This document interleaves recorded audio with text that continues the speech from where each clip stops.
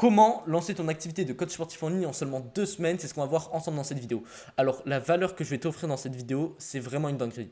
Je vais te montrer comment tu vas pouvoir passer concrètement du statut d'une personne qui a des connaissances dans le fitness, qui a envie de se lancer dans une activité de coaching, mais qui n'arrive pas, à une personne qui, dans 3-4 semaines, arrivera à obtenir ses premiers clients. Genre, littéralement, tu appliques ces 5 étapes, tu vas pouvoir obtenir tes premiers clients.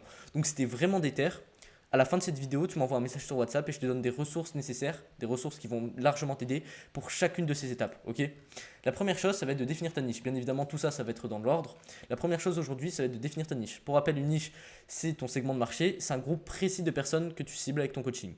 Si tu as encore des doutes sur ça, que tu veux cibler tout le monde, toi, regarde mes vidéos sur le sujet, tu vas voir, c'est absolument nécessaire de se lancer dans une niche en 2025. Donc, tu dois bien évidemment te lancer dans une niche qui répond à un besoin. Aujourd'hui, c'est presque toutes les niches si tu fais du coaching sportif en ligne parce que presque tout le monde a besoin de faire du sport, mais on ne sait jamais.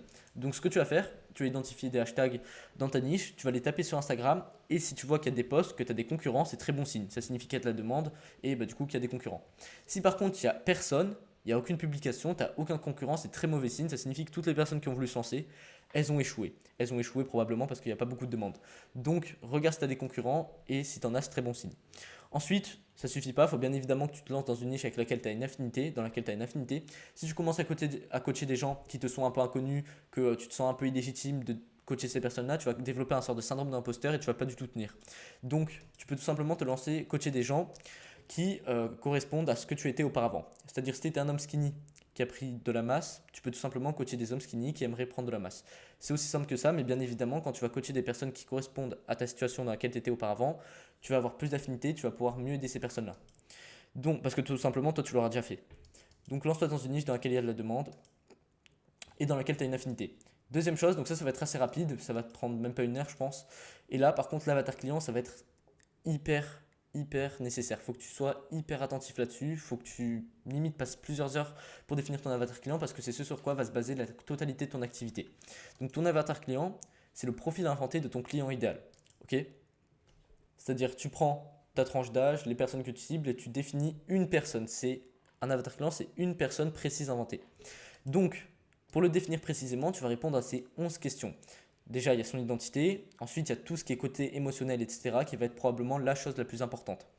Si aujourd'hui, tu as des doutes sur ça, tu ne sais pas trop quelle serait l'identité, quelles sont les craintes, etc., de ton avatar client, tu peux demander à ChatGPT.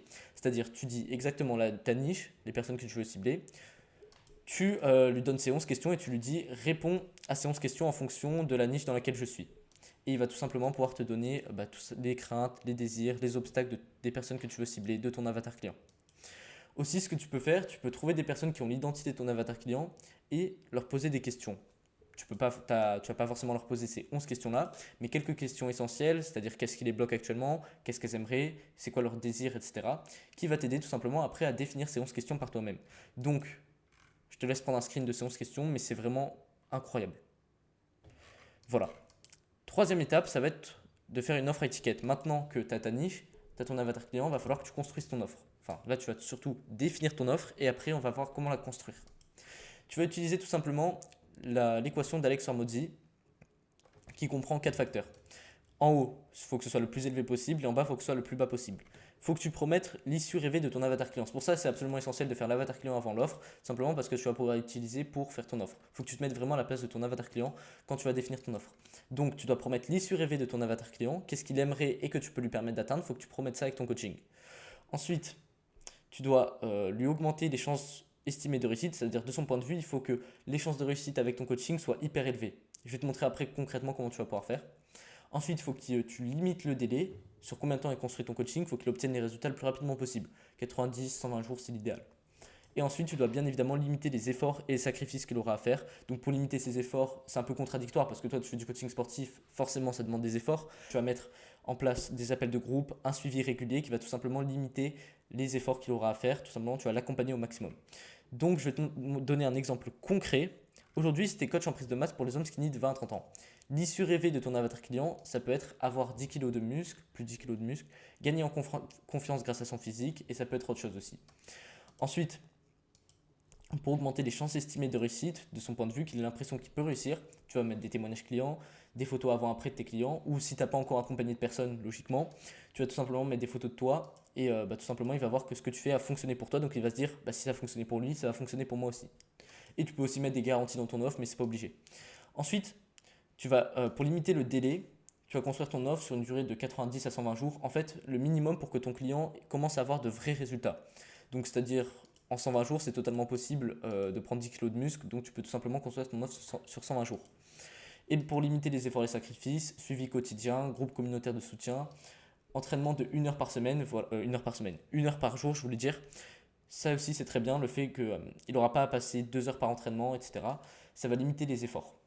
Voilà concrètement ce que tu peux faire. Et après, tu dois formuler ton offre en promesse qui tient en 1 à 2 phrases. Donc la promesse qui tient en 1 à 2 phrases, ça peut être: j'aide les hommes skinny de 20 à 30 ans à prendre 10 kg de muscle en 120 jours. Prendre 10 kg, c'est l'île surélevé.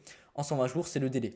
En s'entraînant 4 heures par semaine, les efforts et les sacrifices, tu vois, c'est hyper puissant cette formulation. J'aide les personnes que tu cibles à résultat en combien de temps, sans ce que craignent les personnes et qu'il n'y a pas dans ta solution. Enfin, le truc qui limite les efforts et les sacrifices. C'est hyper puissant parce que tu inclus littéralement tout ce qu'il y a dans cette offre-là.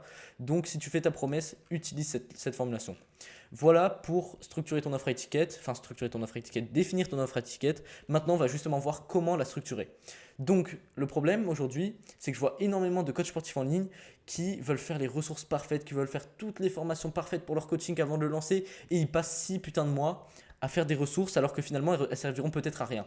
Donc ce que je veux dire par là, c'est que pour construire ton coaching, tu dois le faire en fonction de ton avatar client et c'est quelque chose qui doit te prendre 1 à 2 semaines grand maximum. Même 2 semaines, c'est beaucoup trop. Une semaine, 3-4 jours même, c'est largement suffisant. Tu vas faire le minimum viable product, le MVP. Tu vas faire des programmes, donc nutrition, entraînement, des vidéos formations dont a vraiment besoin ton avatar client, groupe de soutien avec appel régulier, 3 à 7 par semaine. Donc ça, tu n'as rien à définir, ça va faire quand tu accompagnes les personnes. Et après, tout ce qui est ton avatar client, autre chose. Mais ne passe pas beaucoup de temps à faire tes ressources avant de lancer ton coaching. Si tu n'as personne, comment est-ce que tu peux vraiment savoir ce dont ils ont besoin? Oui, tu peux savoir ce dont ils ont besoin à peu près, donc le minimum viable product. Mais après, tout ce qui est approfondi, tu feras ça en fonction des demandes des clients. Ok? Donc, ne te fais pas chier, fais le minimum viable product et t'amélioreras au fil du temps. Après, tu mettras toutes tes ressources sur un Google Drive. Tu peux mettre sur Notion aussi, mais Google Drive, je trouve ça plus facile à utiliser. Et tu enverras tout simplement ce Google Drive aux personnes que tu accompagneras. Voilà tout simplement pour la structure de ton coaching. Donc, identifie ce dont a besoin ton avatar client, l'essentiel. Propose ça dans la structure. Tu fais des vidéos, des trucs comme ça. Et tu peux tout simplement commencer ton marketing, obtenir tes clients. Alors, ça va peut-être être la phase la plus difficile, qui va peut-être te prendre le plus de temps. La première chose, ça va être de faire ta VSL. J'ai une vidéo qui sort demain dessus, mais en gros, c'est une vidéo de 5 à 10 minutes qui va présenter ton offre et qui va chauffer les gens pour réserver un appel avec toi. Donc, abonne-toi à cette chaîne, je sors la vidéo demain. Ensuite, tu vas structurer ton compte Insta. Bio, j'ai pas mal de vidéos qui traitent de comment structurer son profil Insta, donc je t'invite à les voir. Mais en gros, tu vas refaire ta bio, tu vas faire tes stories à la une et tu vas commencer à créer du contenu. Tout simplement pour donner de la valeur à ton avatar client, commencer à générer du trafic sur ton profil et augmenter ta crédibilité. Donc tu restructures ton compte Insta et tu commences à prospecter. Ça va être la tâche la plus essentielle que tu vas devoir faire pour obtenir des clients, ça va être ta prospection. Tu vas regarder dans les abonnés de tes comptes Dreamsand, dans le compte de tes concurrents, et tu vas envoyer des messages à toutes ces personnes-là, tous les profils pertinents. Tu vas faire 60 DM par jour, c'est le maximum que tu peux faire sur un compte, donc 60 DM par jour. Si t'es vraiment chaud, après tu fais un deuxième compte, mais déjà 60 ce sera très bien. Ensuite, tu fais 40 relances, c'est-à-dire les personnes qui t'ont pas répondu, tu vas les relancer en leur envoyant des messages toutes les 24 heures. Et après la phase de prospection, tu pourras réserver des appels. Donc dans ta prospection, tu relèves des inefficacités en posant des questions et après tu proposes l'appel. Donc tu peux dire pour comprendre ta situation et voir si je peux t'aider, est-ce que tu serais fermé à l'idée qu'on se fasse un appel? Tu réserves les appels et tu closes et tu as tes premiers clients. Voilà concrètement ce que tu dois faire. Tu te niches, tu définis ton avatar client, tu fais ton offre à étiquette, tu structures ton coaching et tu commences à redéfinir ton profil, à prospecter et tu obtiens tes premiers clients. C'est aussi simple que ça. Maintenant, si tu veux plus de détails là-dessus, que tu es vraiment prêt à démarrer par cette étape-là et que tu veux plus de ressources, que tu veux que je t'aide vraiment, rejoins le canal WhatsApp, premier lien dans la description et moi je te dis à très vite.